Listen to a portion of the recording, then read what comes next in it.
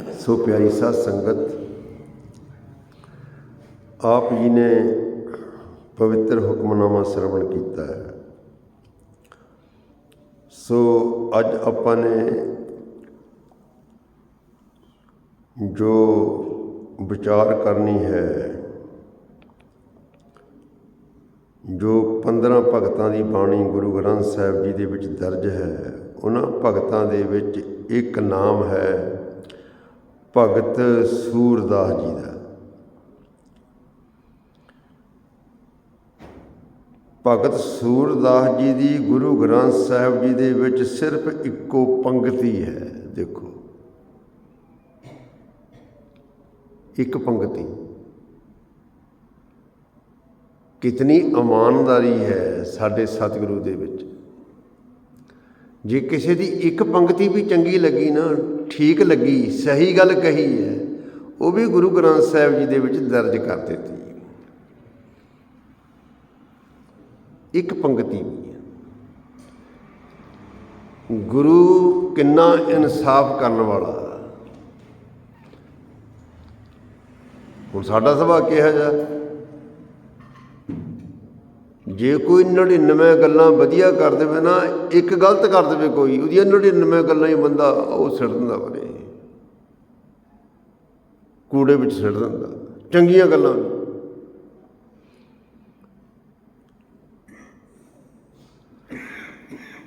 ਪਰ ਦੇਖੋ, ਸਤਿਗੁਰੂ ਗੁਰੂ ਅਰਜਨ ਦੇਵ ਮਹਾਰਾਜ ਨੇ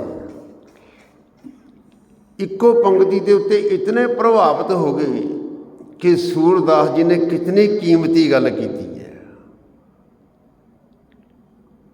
ਗੁਰੂ ਗ੍ਰੰਥ ਸਾਹਿਬ ਜੀ ਦੇ ਵਿੱਚ ਦਰਜ ਕਰ ਦਿੱਤੀ। ਜਿੰਨਾ ਸਤਿਕਾਰ ਦੂਜੇ ਭਗਤਾਂ ਨੂੰ ਮਿਲਿਆ, ਪੂਰਾ ਸਤਿਕਾਰ ਬਖਸ਼ਿਆ ਉਸ ਨੂੰ।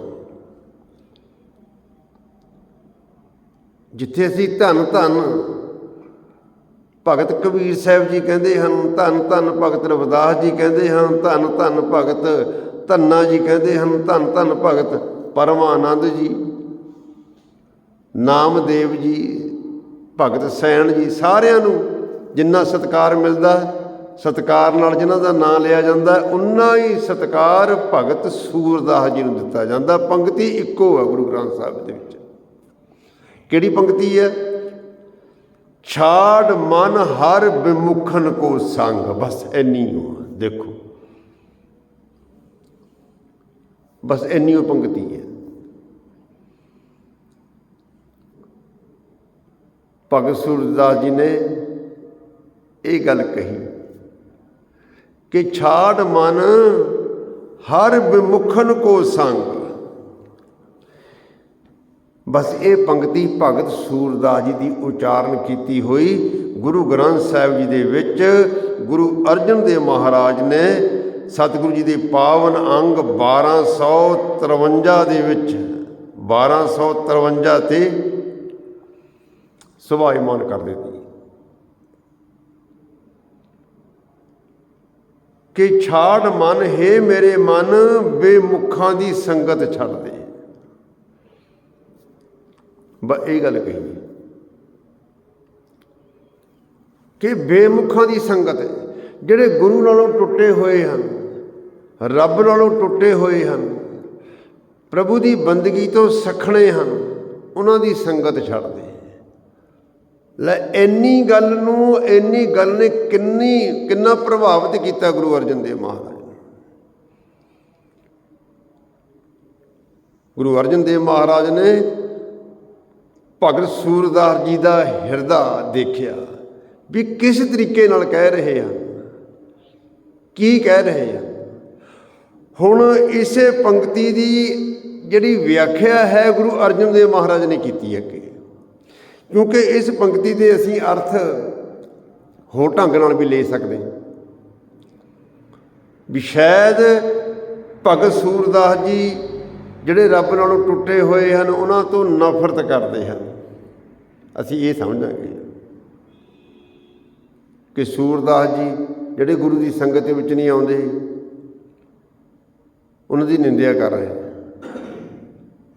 ਸ਼ਾਇਦ ਭਗਤ ਸੂਰਦਾਸ ਜੀ ਜਿਹੜੇ ਗੁਰੂ ਨਾਲੋਂ ਟੁੱਟੇ ਹੋਏ ਆ, ਰੱਬ ਨਾਲੋਂ ਟੁੱਟੇ, ਜਿਹੜੇ ਬੰਦਗੀ ਨਹੀਂ ਕਰਦੇ, ਉਹਨਾਂ ਦੀ ਨਿੰਦਿਆ ਕਰ ਰਹੇ ਆ।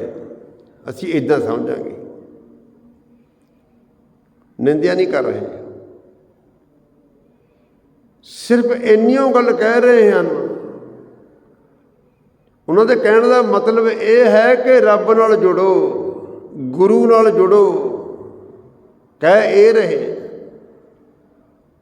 ਉਹਨਾਂ ਦਾ ਕਹਿਣ ਦਾ ਮਤਲਬ ਇਹ ਹੈ ਕਿ ਬੇਮੁਖਾਂ ਦੀ ਸੰਗਤ ਛੱਡ ਕੇ, ਜਿਹੜੇ ਰੱਬ ਨਾਲੋਂ ਟੁੱਟੇ ਹੋਏ ਹਨ, ਉਹਨਾਂ ਦੀ ਸੰਗਤ ਛੱਡ ਕੇ ਗੁਰੂ ਨਾਲ ਜੁੜੋ, ਰੱਬ ਨਾਲ ਜੁੜੋ,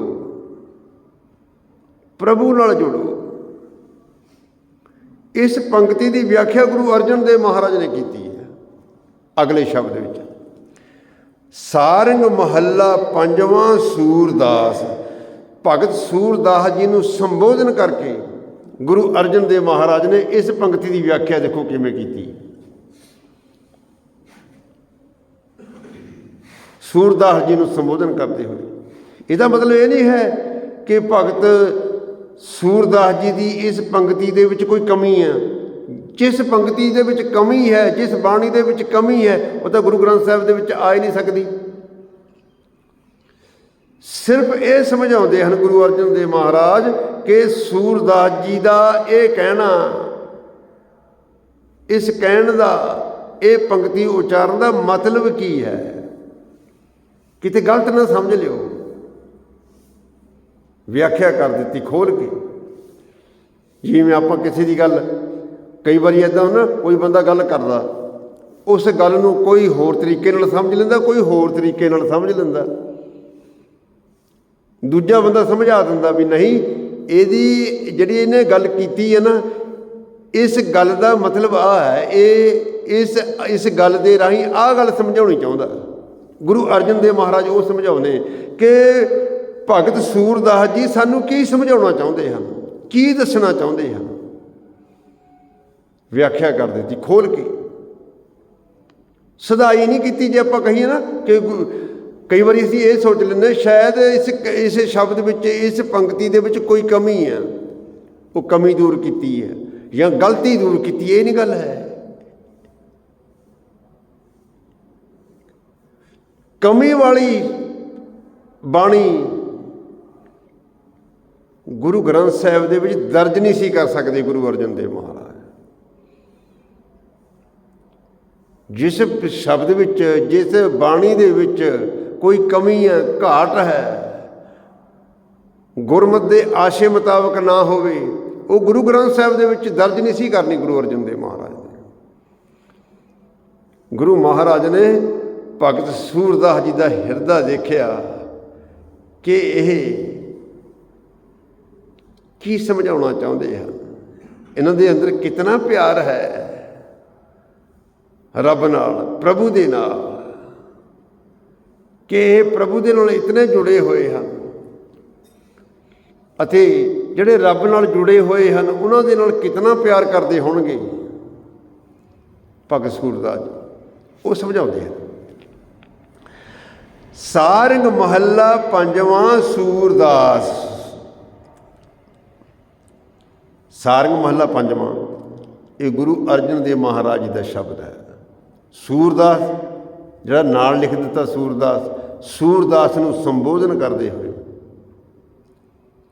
ਇੱਕ ਓੰਕਾਰ ਸਤਿਗੁਰ ਪ੍ਰਸਾਦ, ਉਹ ਅਕਾਲ ਪੁਰਖ ਵਾਹਿਗੁਰੂ ਇੱਕ ਹੈ, ਨਿਰੰਕਾਰ ਹੈ, ਅਤੇ ਸਤਿਗੁਰੂ ਦੀ ਕਿਰਪਾ ਦੇ ਨਾਲ ਉਹਦੇ ਨਾਲ ਮਿਲਾਪ ਹੁੰਦਾ।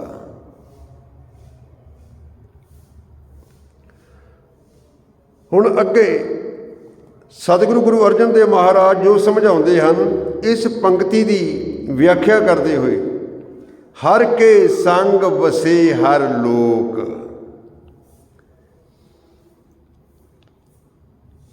ਹੇ ਸੂਰਦਾਸ, ਜਿਹੜੇ ਹਰੀ ਦੀ ਸੰਗਤ ਕਰਦੇ ਹਨ, ਰੱਬ ਦੀ ਸੰਗਤ ਕਰਦੇ ਹਨ, ਹਰ ਕੇ ਸੰਗ ਵਸੇ ਹਰ ਲੋਕ। ਜਿਹੜੇ ਹਰੀ ਦੇ ਲੋਕ ਹਨ, ਹਰੀ ਦੀ ਸੰਗਤ ਕਰਨ ਵਾਲੇ, ਰੱਬ ਦੀ ਸੰਗਤ ਕਰਨ ਵਾਲੇ, ਕਹਿੰਦੇ ਉਹ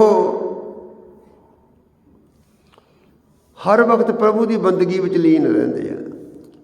ਉਹਨਾਂ ਨੂੰ ਬੇਮੁਖਾਂ ਦੀ ਨਿੰਦਿਆ ਕਰਨ ਦੀ ਲੋੜ ਹੀ ਨਹੀਂ ਪੈਂਦੀ ਹੈ। ਬੇਮੁਖਾਂ ਦੀ, ਰੱਬ ਨਾਲੋਂ ਟੁੱਟਿਆਂ ਹੋਇਆਂ ਦੀ, ਕਰਾਹੇ ਪਿਆ ਹੋਇਆਂ ਦੀ ਨਿੰਦਿਆ ਕਰਨ ਦੀ ਵੀ ਲੋੜ ਨਹੀਂ ਪੈਂਦੀ, ਕਿਉਂਕਿ ਉਹ ਰੱਬ ਨਾਲ ਜੁੜੇ ਰਹਿੰਦੇ ਹਨ, ਪ੍ਰਭੂ ਦੀ ਬੰਦਗੀ ਕਰਦੇ ਰਹਿੰਦੇ ਹਨ, ਪ੍ਰਭੂ ਦੀ ਬੰਦਗੀ ਵਿੱਚ ਲੀਨ ਹੋਏ ਰਹਿੰਦੇ ਹਨ। ਬੇਮੁਖਾਂ ਦੀ ਸੰਗਤ ਕਰਨ ਦੀ ਲੋੜ ਨਹੀਂ ਪੈਂਦੀ, ਉੱਧਰ ਨੂੰ ਜਾਂਦੇ ਹੀ ਨਹੀਂ ਹਨ, ਉਹ ਰੱਬ ਨਾਲ ਜੁੜੇ ਰਹਿੰਦੇ ਹਨ, ਰੱਬ ਤੋਂ ਦੂਰ ਜਾਂਦੇ ਹੀ ਨਹੀਂ ਹਨ। ਇਸ ਕਰਕੇ ਉਹ ਬੇਮੁਖਾਂ ਦੀ ਨਿੰਦਿਆ ਕਰਨ ਤੋਂ ਵੀ ਬਚੇ ਰਹਿੰਦੇ ਹਨ, ਕਿਉਂਕਿ ਬੇਮੁਖਾਂ ਦੇ ਕੋਲ ਜਾਣਾ ਹੀ ਨਹੀਂ ਹੈ, ਬੇਮੁਖਾਂ ਦੀ ਸੁਣਨੀ ਉਹ ਨਹੀਂ ਹੈ, ਰੱਬ ਨਾਲ ਜੁੜੇ ਰਹਿੰਦੇ ਹਨ ਅਤੇ ਰੱਬ ਦੀ ਉਹ ਗੱਲ ਕਰਦੇ ਹਨ। ਜਿੱਥੇ ਵੀ ਜਾਂਦੇ ਹਨ ਰੱਬ ਨਾਲੇ ਜੋੜਦੇ ਹਨ। ਕਹਿੰਦੇ ਹਰ ਕੇ ਸੰਗ ਵਸੇ ਹਰ ਲੋਕ, ਜਿਹੜੇ ਹਰੀ ਦੇ ਲੋਕ ਹਨ, ਰੱਬ ਨਾਲ ਜੁੜੇ ਹੋਏ ਹਰ ਵਕਤ ਹਰੀ ਦੇ ਨਾਲੇ ਰਹਿੰਦੇ ਹਨ, ਰੱਬ ਨਾਲੇ ਜੁੜੇ ਰਹਿੰਦੇ ਹਨ। ਤਨ ਮਨ ਅਰਪ ਸਰਵਸ ਸਭ ਅਰਪਿਓ, ਆਨੰਦ ਸਹਿਜ ਧੁਨ ਝੋਕ। ਕਹਿੰਦੇ ਉਹ ਆਪਣਾ ਤਨ ਵੀ ਅਤੇ ਮਨ ਵੀ ਅਤੇ ਸਭ ਕੁਝ ਹੀ ਪ੍ਰਭੂ ਦੇ ਅੱਗੇ ਸਮਰਪਣ ਕਰ ਦਿੰਦੇ ਹਨ।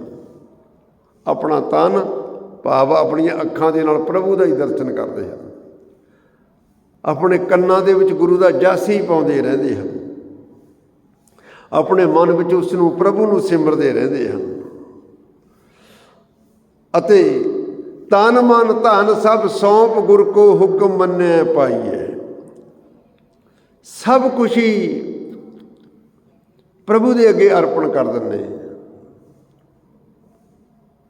ਮੇਰਾ ਮੇਰਾ ਕਰਨ ਵਾਲਾ ਖਿਆਲ ਛੱਡ ਦਿੰਦੇ ਹਨ। ਉਹਨਾਂ ਨੂੰ ਸਮਝ ਹੁੰਦੀ ਹੈ ਕਿ ਇੱਥੇ ਕੁਝ ਵੀ ਸਾਡਾ ਆਪਣਾ ਨਹੀਂ ਹੈ।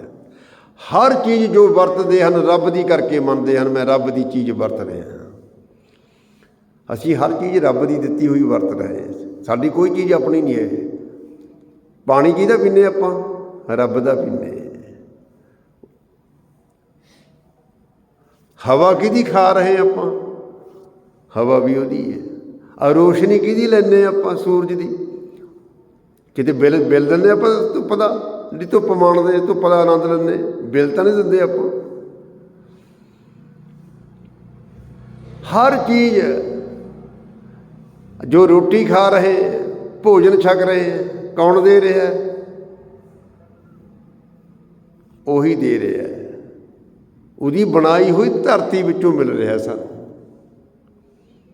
ਡੂੰਘਾਈ ਤੱਕ ਸੋਚੋ, ਉਹਨੇ ਆਹ ਇਕੱਠਾ ਹੀ ਦੇਗਾ ਦੇ ਦਿੱਤਾ।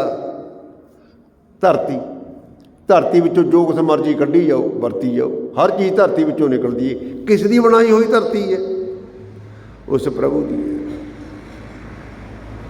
ਇਸ ਕਰਕੇ ਸਾਡੇ ਕੋਲ ਹਰ ਚੀਜ਼ ਹੀ ਰੱਬ ਦੀ ਹੈ। ਅਸੀਂ ਰੱਬ ਦੀ ਹਰ ਚੀਜ਼ ਰੱਬ ਦੀ ਵਰਤ ਰਹੇ।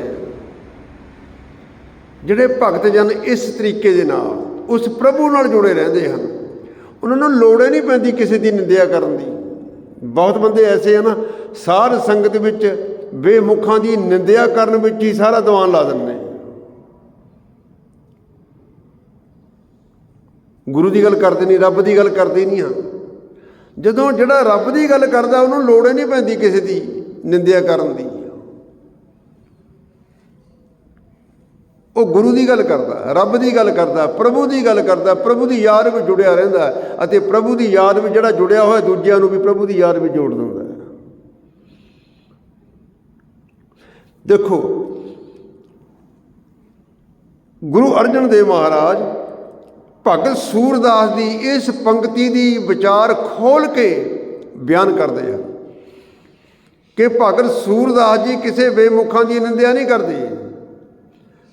ਸਿਰਫ ਇੰਨਾ ਹੀ ਕਹਿ ਰਹੇ ਕਿ ਬੇਮੁਖਾਂ ਦੀ ਸੰਗਤ ਨਹੀਂ ਕਰਨੀ ਹੈ।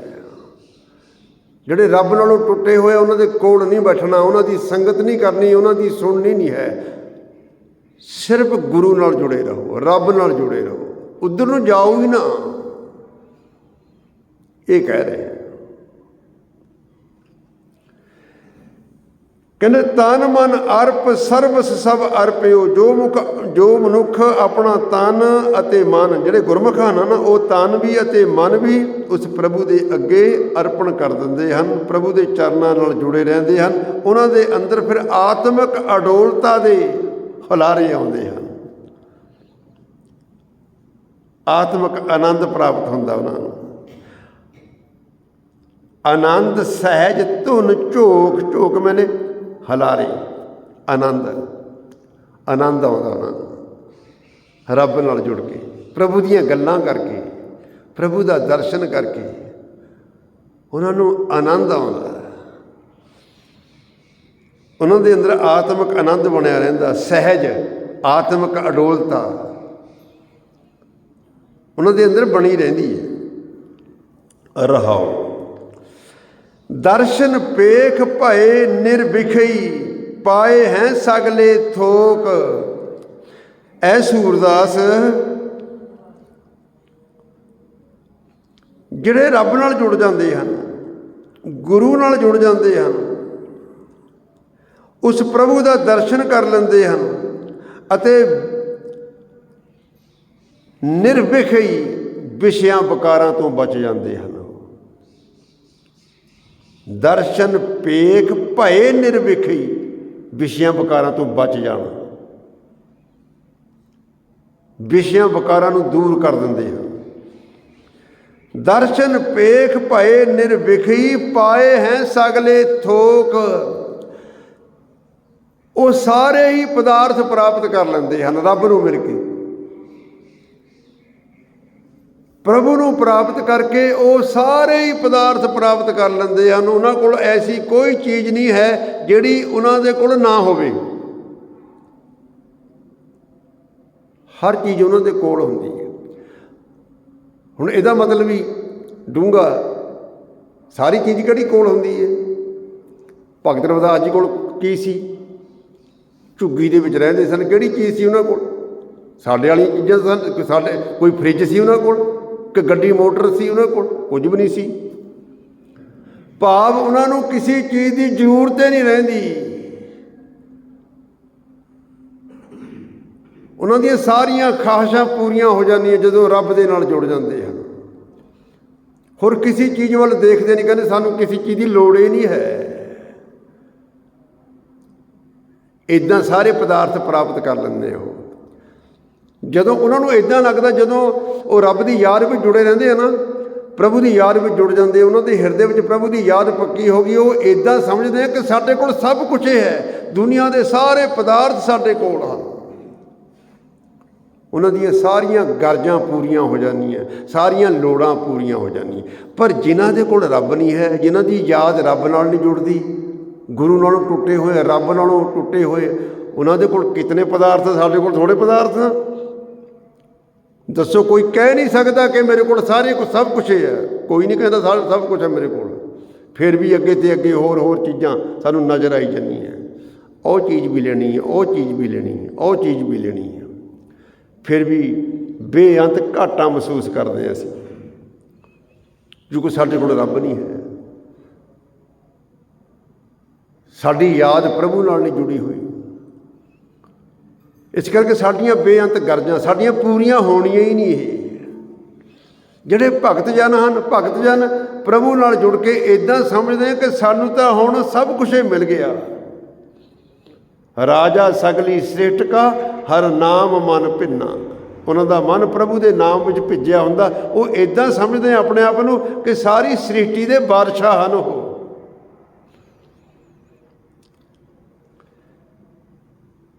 ਪਾਏ ਹੈ ਸਗਲੀ ਥੋਕ, ਆਹ ਮਤਲਬ ਹੈ ਇਸ ਗੱਲ ਦਾ। ਜੇ ਹੁਣ ਕਹੇ ਵੀ ਪਾਏ ਸਾਰੇ ਪਦਾਰਥ, ਉਹਨਾਂ ਕੋਲ ਸਾਰੇ ਪਦਾਰਥ ਸੁਣੋ, ਦੁਨੀਆ ਵਾਲੇ, ਭਾਵ ਦੁਨੀਆ ਵਾਲੇ ਜਿਤਨੇ ਵੀ ਪਦਾਰਥ ਹਨ, ਇਹਨਾਂ ਦੀ ਉਹਨਾਂ ਨੂੰ ਜ਼ਰੂਰਤ ਨਹੀਂ ਪੈਂਦੀ ਹੈ, ਪੂਰਨ ਤੌਰ 'ਤੇ ਰੱਜ ਜਾਂਦੇ ਹਨ। ਉਹਨਾਂ ਦਾ ਜੀਵਨ ਸਾਦਾ ਬਣ ਜਾਂਦਾ। ਉਹ ਹਨ ਅਸਲ ਰਾਜੇ। ਦਰਸ਼ਨ ਪੇਖ ਭਏ ਨਿਰਵਿਖੀ, ਪ੍ਰਭੂ ਦਾ ਦਰਸ਼ਨ ਕਰਕੇ ਵਿਸ਼ਿਆਂ ਵਿਕਾਰਾਂ ਤੋਂ ਬਚ ਜਾਂਦੇ ਹਨ। ਉਹਨਾਂ ਦੇ ਸਾਰੇ ਚਸਕੇ ਖਤਮ ਹੋ ਜਾਂਦੇ ਹਨ, ਸਭ ਤਰ੍ਹਾਂ ਦੀਆਂ ਇੱਛਾਵਾਂ ਖਤਮ ਹੋ ਜਾਂਦੀਆਂ ਹਨ। ਬਸ ਇੱਕੋ ਇੱਕ ਇੱਛਾ ਜਿਹੜੀ ਉਹਨਾਂ ਦੀ ਹੁੰਦੀ ਹੈ ਉਸ ਰੱਬ ਦੇ ਨਾਲ ਮਿਲਾਪ ਕਰਨ ਦੀ, ਉਹ ਇੱਛਾ ਉਹਨਾਂ ਦੀ ਪੂਰੀ ਹੋ ਜਾਂਦੀ ਹੈ। ਬਸ ਸਾਰੀਆਂ ਇੱਛਾਵਾਂ ਉਹਨਾਂ ਦੀਆਂ ਪੂਰੀਆਂ ਹੋ ਜਾਂਦੀਆਂ, ਮਾਨੋ ਸਾਰੀਆਂ ਗਰਜਾਂ ਉਹਨਾਂ ਦੀਆਂ ਖਤਮ ਹੋ ਜਾਂਦੀਆਂ। ਅਗਲੀ ਪੰਕਤੀ, ਆਨ ਵਸਤ ਸਿਉ ਕਾਜ ਨਾ ਕਛੂਐ, ਸੁੰਦਰ ਬਦਨ ਅਲੋਕ। ਸੁੰਦਰ ਬਦਨ ਮੁਖ, ਸੁੰਦਰ ਮੁਖ, ਅਲੋਕ ਮੈਨੇ ਵੇਖ ਕੇ, ਪ੍ਰਭੂ ਦਾ ਦਰਸ਼ਨ ਵੇਖ ਕੇ, ਪ੍ਰਭੂ ਦਾ ਮੁਖੜਾ ਮੂੰਹ ਦੇਖ ਕੇ, ਪ੍ਰਭੂ ਦਾ ਦਰਸ਼ਨ ਕਰਕੇ ਉਹ ਇੱਦਾਂ ਮਹਿਸੂਸ ਕਰਦੇ ਕਿ ਸਾਨੂੰ ਸਭ ਕੁਝ ਮਿਲ ਗਿਆ। ਆਨ ਵਸਤ ਸਿਉ ਕਾਜ ਨਾ ਕਛੂ ਹੈ, ਹੋਰ ਵਸਤੂਆਂ ਦੇ ਨਾਲ ਉਹਨਾਂ ਦੀ ਕੋਈ ਗਰਜ ਹੀ ਨਹੀਂ ਰਹਿੰਦੀ ਹੈ, ਉਹ ਕੁਝ ਮੰਗਦੇ ਨਹੀਂ ਹੈ। ਦੇਖੋ ਭਗਤ ਰਵਿਦਾਸ ਜੀ ਝੁੱਗੀ ਵਿੱਚ ਕੋਈ ਆਇਆ ਸੀ ਸੰਨਿਆਸੀ, ਉਹਨੇ ਸੋਚਿਆ ਕਿ ਭਗਤ ਰਵਿਦਾਸ ਜੀ ਬੜੇ ਗਰੀਬ ਹਨ, ਕਿਸੇ ਨੇ ਗਰੀਬ ਹਨ, ਝੁੱਗੀ ਵਿੱਚ ਰਹਿੰਦੇ ਹਨ, ਔਰ ਆਏ ਗਏ ਨੂੰ ਪ੍ਰਸ਼ਾਦਾ ਵੀ ਛਕਾਉਂਦੇ, ਵੀ ਇਹਨਾਂ ਨੂੰ ਕੋਈ ਚੀਜ਼ ਦੇ ਕੇ ਜਾਵਾਂ ਮੈਂ। ਭਗਤ ਰਵਿਦਾਸ ਜੀ ਨੂੰ ਕਹਿਣ ਲੱਗੇ ਕਿ ਭਗਤ ਜੀ ਅਸੀਂ ਤੁਹਾਨੂੰ ਇੱਕ ਪਾਰਸ ਦੇ ਕੇ ਚੱਲੇ ਹਾਂ। ਇਹ ਪਾਰਸ ਹੈ ਜਿਹੜਾ ਲੋਹੇ ਦੇ ਨਾਲ ਲਾਓ, ਲੋਹੇ ਨੂੰ ਸੋਨਾ ਬਣਾ ਦੇਗਾ ਅਤੇ ਤੁਹਾਡੀ ਸਾਰੀ ਗਰੀਬੀ ਚੁੱਕੀ ਜਾਏਗੀ। ਭਗਤ ਰਵਿਦਾਸ ਜੀ ਕਹਿੰਦੇ ਸਾਨੂੰ ਤਾਂ ਜ਼ਰੂਰਤ ਨਹੀਂ ਸੀ। ਕਹਿੰਦਾ ਨਹੀਂ ਭਗਤ ਜੀ ਤੁਸੀਂ ਲਓ, ਇਹ ਤੁਹਾਡੇ ਕੋਲ ਬੇਅੰਤ ਲੋਕ ਲੰਗਰ ਛਕ ਕੇ ਜਾਂਦੇ, ਗਰੀਬੀ ਸਾਰੀ ਚੱਕੀ ਜਾਊਗੀ, ਵਧੀਆ ਮੰਦਰ ਬਣਾਓ। ਭਗਤ ਰਵਿਦਾਸ ਜੀ ਕਹਿੰਦੇ ਸਾਨੂੰ ਜ਼ਰੂਰਤ ਨਹੀਂ ਹੈ। ਕਿਉਂ ਨਹੀਂ ਜ਼ਰੂਰਤ? ਕਿਉਂਕਿ ਰੱਬ ਨਾਲ ਜੁੜੇ ਹੋਏ। ਜਿਹੜਾ ਰੱਬ ਨਾਲ ਜੁੜ ਗਿਆ ਉਹਨੂੰ ਕਿਸੇ ਚੀਜ਼ ਦੀ ਜ਼ਰੂਰਤ ਨਹੀਂ ਹੈ। ਜਿੰਨੀਆਂ ਸਾਡੀਆਂ ਜ਼ਿਆਦਾ ਜ਼ਰੂਰਤਾਂ ਵੱਧ ਰਹੀਆਂ ਉਨਾ ਹੀ ਅਸੀਂ ਰੱਬ ਤੋਂ ਦੂਰ ਹਾਂ, ਇਹ ਵੀ ਖਿਆਲ ਰੱਖਿਓ। ਜਿਸ ਮਨੁੱਖ ਦੇ ਅੰਦਰ ਜ਼ਿਆਦਾ ਖਾਹਿਸ਼ਾਂ ਵੱਧ ਰਹੀਆਂ, ਗਰਜਾਂ ਵੱਧ ਰਹੀਆਂ, ਲੋੜਾਂ ਵੱਧ ਰਹੀਆਂ, ਸਹੂਲਤਾਂ ਪ੍ਰਾਪਤ ਕਰਨ ਦੀ ਕੋਸ਼ਿਸ਼ ਕਰ ਰਿਹਾ, ਉਨਾ ਹੀ ਉਹ ਰੱਬ ਤੋਂ ਦੂਰ ਹੁੰਦਾ। ਜਿਉਂ-ਜਿਉਂ ਰੱਬ ਦੇ ਨੇੜੇ ਜਾਂਦਾ ਤਿਉਂ-ਤਿਉਂ ਉਹਦੀਆਂ ਗਰਜਾਂ ਪੂਰੀਆਂ ਹੁੰਦੀਆਂ ਚਲੇ ਜਾਂਦੀਆਂ। ਇਹ ਨੋਟ ਕਰਨ ਵਾਲੀ ਗੱਲ ਆ। ਜਿਉਂ-ਜਿਉਂ ਮਨੁੱਖ ਰੱਬ ਦੇ ਨੇੜੇ ਜਾਊਗਾ ਨਾ ਤਿਉਂ-ਤਿਉਂ ਦੁਨੀਆ ਵਾਲੇ ਪਦਾਰਥਾਂ ਤੋਂ ਮੁਕਤ ਹੁੰਦਾ ਚਲੇ ਜਾਂਦਾ। ਉਹਨੂੰ ਦੁਨੀਆ ਵਾਲੇ ਪਦਾਰਥਾਂ ਦੀ ਲੋੜ ਨਹੀਂ ਹੁੰਦੀ, ਉਹਦੇ ਅੰਦਰੋਂ ਸਭ ਤਰ੍ਹਾਂ ਦੇ ਚਸਕੇ ਖਤਮ ਹੁੰਦੇ ਚਲੇ ਜਾਂਦੇ ਹਨ। ਜਿਹੜਾ ਰੱਬ ਤੋਂ ਦੂਰ ਹੋਏਗਾ ਉਹਦੇ ਅੰਦਰ ਬੇਅੰਤ ਚਸਕੇ ਹੁੰਦੇ, ਖਾਣ ਦੇ, ਪੀਣ ਦੇ, ਪਹਿਨਣ ਦੇ, ਦੇਖਣ ਦੇ ਬੇਅੰਤ ਚਸਕੇ ਹਨ। ਚਸਕੇ ਵੱਧਦੇ ਉਹਦੇ ਅੰਦਰ।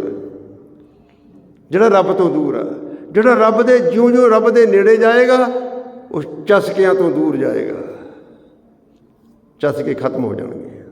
ਆ ਦੇਖੋ ਗੁਰੂ ਅਰਜਨ ਦੇਵ ਮਹਾਰਾਜ ਕਹਿੰਦੇ ਹਨ ਕਿ ਇਸ ਕਰਕੇ ਭਗਤ ਸੂਰਦਾਸ ਜੀ ਨੇ ਕਿਹਾ ਕਿ ਬੇਮੁੱਖਾਂ ਦੀ ਸੰਗਤ ਛੱਡੋ, ਕਿਉਂਕਿ ਬੇਮੁੱਖ ਜਿਹੜੇ ਲੋਕ ਹਨ ਉਹ ਚਸਕਿਆਂ ਵਿੱਚ ਫਸੇ ਹੁੰਦੇ ਹਨ, ਦੁਨਿਆਵੀ ਪਦਾਰਥਾਂ ਦੇ ਮੋਹ ਵਿੱਚ ਫਸੇ ਹੁੰਦੇ ਹਨ, ਜਗਤ ਦੇ ਮੋਹ ਵਿੱਚ ਫਸੇ ਹੁੰਦੇ ਹਨ। ਉਹਨਾਂ ਦੀ ਸੰਗਤ ਛੱਡ ਦਿਓ। ਬਸ ਸੰਗਤ ਇੱਕੋ ਤਰੀਕੇ ਨਾਲ ਛੱਡਣੀ ਹੈ ਕਿ ਗੁਰੂ ਦੀ ਸੰਗਤ ਵਿੱਚ ਜੁੜ ਜਾਓ, ਉਹ ਸੰਗਤ ਆਪੇ ਛੱਡ ਹੋ ਜਾਣੀ। ਬੇਮੁੱਖਾਂ ਦੀ ਸੰਗਤ ਛੱਡਣੀ ਹੁੰਦੀ ਨਹੀਂ, ਛੱਡ ਸਕਦਾ ਕੋਈ। ਇੱਕੋ ਇੱਕ ਤਰੀਕਾ ਕਿ ਗੁਰੂ ਦੀ ਸੰਗਤ ਨਾਲ ਜੁੜ ਜਾਓ, ਬੇਮੁੱਖਾਂ ਦਾ ਸਾਥ ਆਪੇ ਛੁੱਟ ਜਾਏਗਾ। ਆਹ ਮਤਲਬ ਹੈ, ਇਹ ਸਮਝਾਉਂਦੇ ਹਨ ਗੁਰੂ ਅਰਜਨ ਦੇਵ ਮਹਾਰਾਜ। ਕਹਿੰਦੇ ਆਨ ਵਸਤ ਸਿਉ ਕਾਜ ਨਾ ਕਛੂ ਹੈ, ਸੁੰਦਰ ਬਦਨ ਅਲੋਕ। ਜੋ ਮਨੁੱਖ ਉਸ ਪ੍ਰਭੂ ਦਾ ਦਰਸ਼ਨ ਕਰ ਲੈਂਦਾ ਹੈ, ਕਹਿੰਦੇ ਉਸ ਨੂੰ ਹੋਰ ਕਿਸੇ ਚੀਜ਼ ਦੀ ਜ਼ਰੂਰਤ ਹੀ ਨਹੀਂ ਰਹਿੰਦੀ ਹੈ। ਗੁਰੂ ਨਾਨਕ ਦੇਵ ਮਹਾਰਾਜ ਨੇ 4 ਉਦਾਸੀਆਂ ਕੀਤੀਆਂ, ਕਿੰਨਾ ਕੁ ਸਮਾਨ ਲੈ ਕੇ ਗਏ ਨਾਲ? ਕੁਛ ਲੈ ਕੇ ਗਏ, ਕੁਝ ਵੀ ਕੋਲ ਨਹੀਂ ਸੀ। ਸਿਰਫ ਗੇਰੂਏ ਰੰਗ ਦਾ ਵਸਤਰ ਪਾਏ ਹੋਏ, ਬਸ ਕੁਝ ਵੀ ਨਹੀਂ ਸੀ ਕੋਲ। ਕਿਸੇ ਚੀਜ਼ ਦੀ ਜ਼ਰੂਰਤ ਹੀ ਨਹੀਂ। ਇਸ ਕਰਕੇ ਅੱਗੇ ਸਿਆਮ ਸੁੰਦਰ ਤਜ ਆਨ ਜੋ ਚਾਹਤ, ਜਿਉ ਕੁਸ਼ਟੀ ਤਨ ਜੋਗ। ਹੁਣ ਇਹਨਾਂ ਪੰਕਤੀਆਂ ਵੱਲ ਧਿਆਨ ਦਿਓ।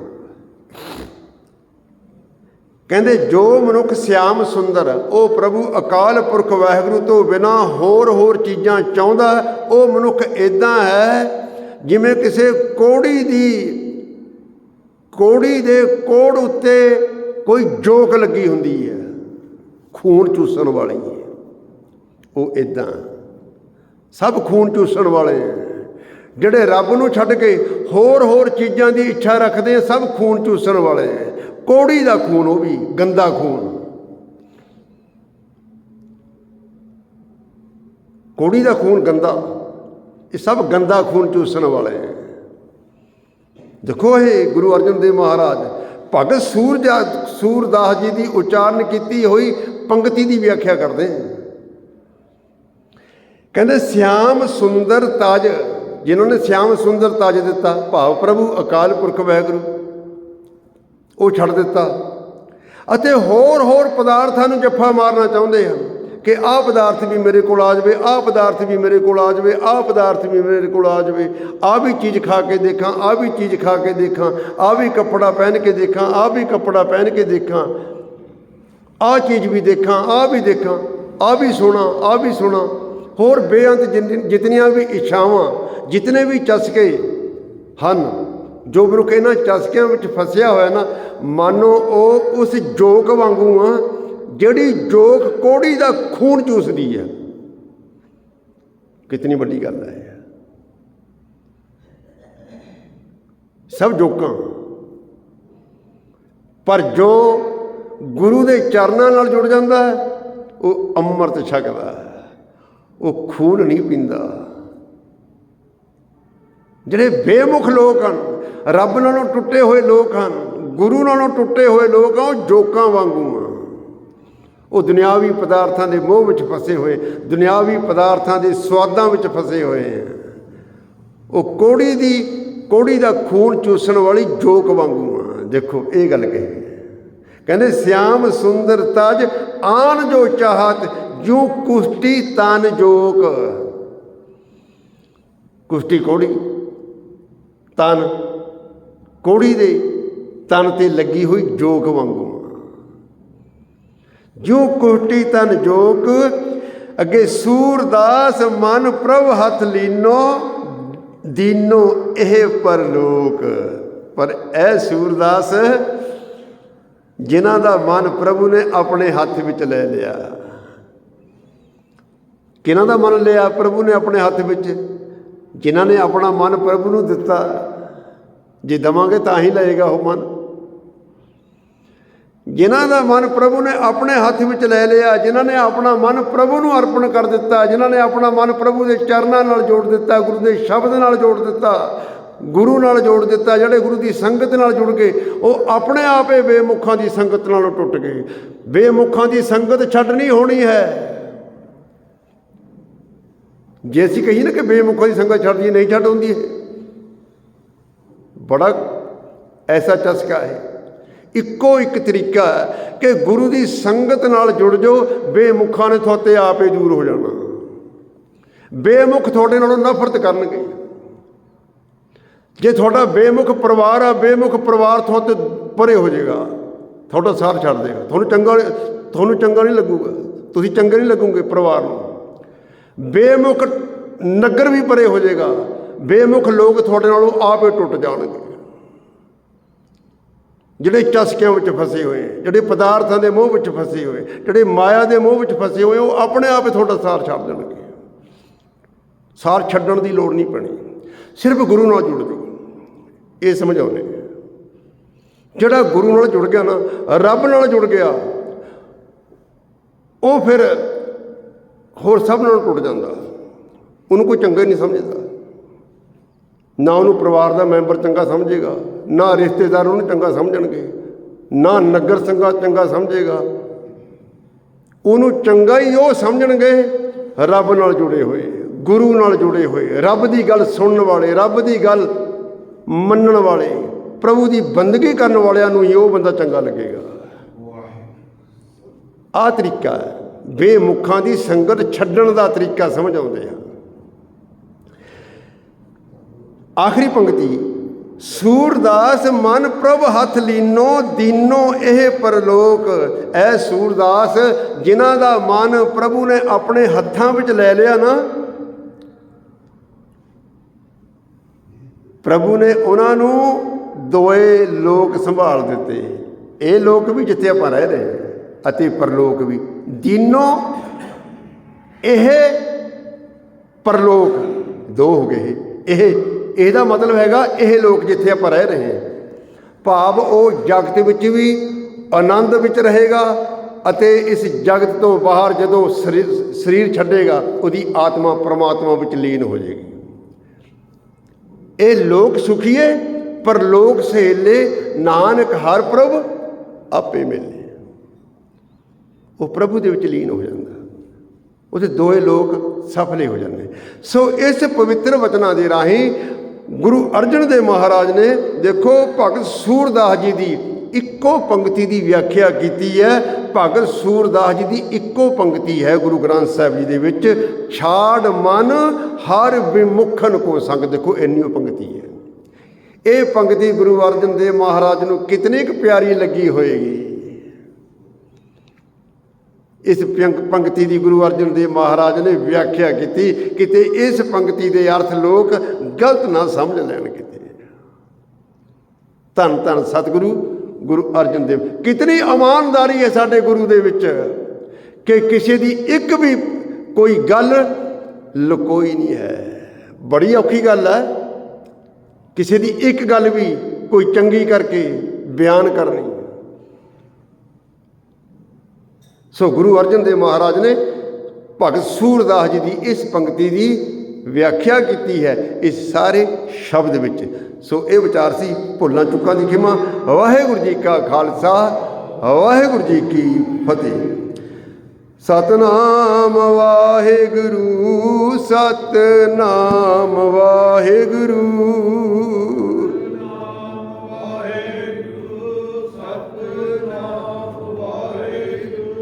ਸਤਨਾਮ ਵਾਹਿਗੁਰੂ, ਸਤਨਾਮ ਵਾਹਿਗੁਰੂ,